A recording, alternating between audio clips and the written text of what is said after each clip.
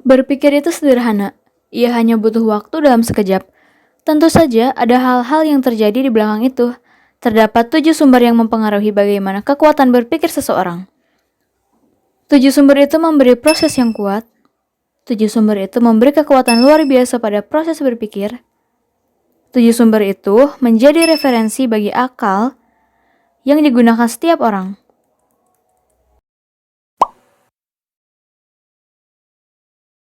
Satu, orang tua. Tentu kamu sudah menyadari kan, orang tua adalah hal yang sangat berpengaruh dalam hidup kita. Proses berpikir yang pertama pun kita dapatkan dari orang tua.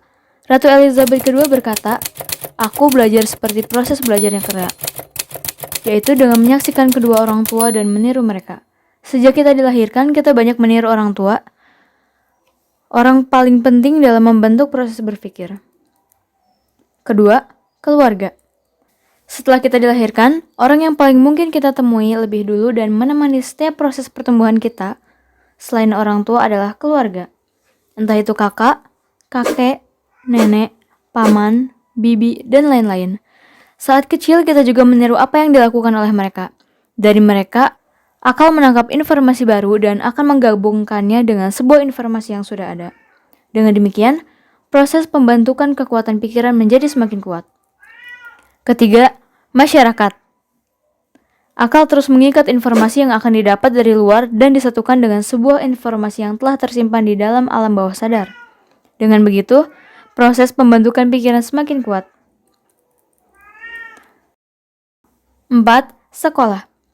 Sekolah memiliki pengaruh yang besar dalam kekuatan pikiran, karena yang kita tahu, tujuan dari sekolah adalah untuk belajar dan mencari ilmu. Sebab itulah, ucapan, perilaku, dan sikap para guru atau staf sekolah memberi pengaruh yang cukup besar. Baik positif maupun negatifnya, karena kita akan dengan mudah meniru apa yang ada di sekolah. 5. Teman. Bisa dibilang, teman adalah hal paling penting setelah orang tua. Berteman merupakan aktualisasi diri pertama, karena kitalah yang menentukan pilihan. Tanpa pengaruh dari orang tua, sangat mungkin kita belajar perilaku negatif dari teman, dan hal itu juga mempengaruhi proses pembentukan pikiran kita. 6. Media massa. Di zaman yang modern ini, sangat mudah bagi kita untuk mendapatkan informasi. Tak jarang hobi dari sebagian besar remaja adalah menonton. Tontonan itu akan berpengaruh pada diri mereka, baik positif maupun negatif. Sebuah pusat kajian psikologi dan fisiologi di New Zealand juga memaparkan bahwa lebih dari 60% kondisi menyedihkan disebabkan oleh media massa yang menyebarkan hal-hal negatif. Peperangan, seksualitas, dan pelanggaran tata nilai.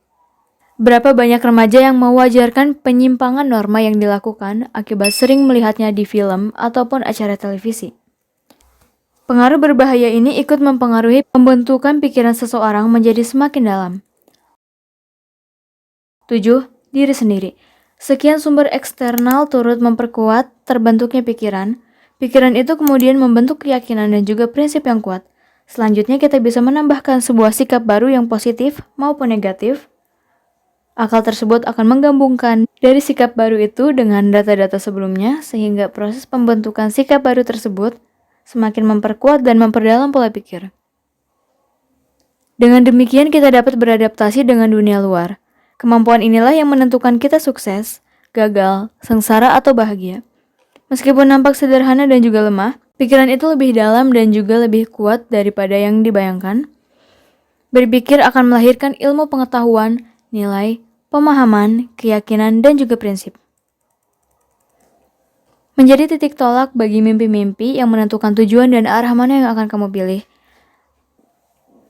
Dengan pikiran, seseorang bisa menjadikan dunia berbunga-bunga atau berduri-duri. Kekuatan pikiran menguatkan hatimu, kekuatan pikiran menguatkan fisikmu, kekuatan pikiran mempengaruhi hidupmu.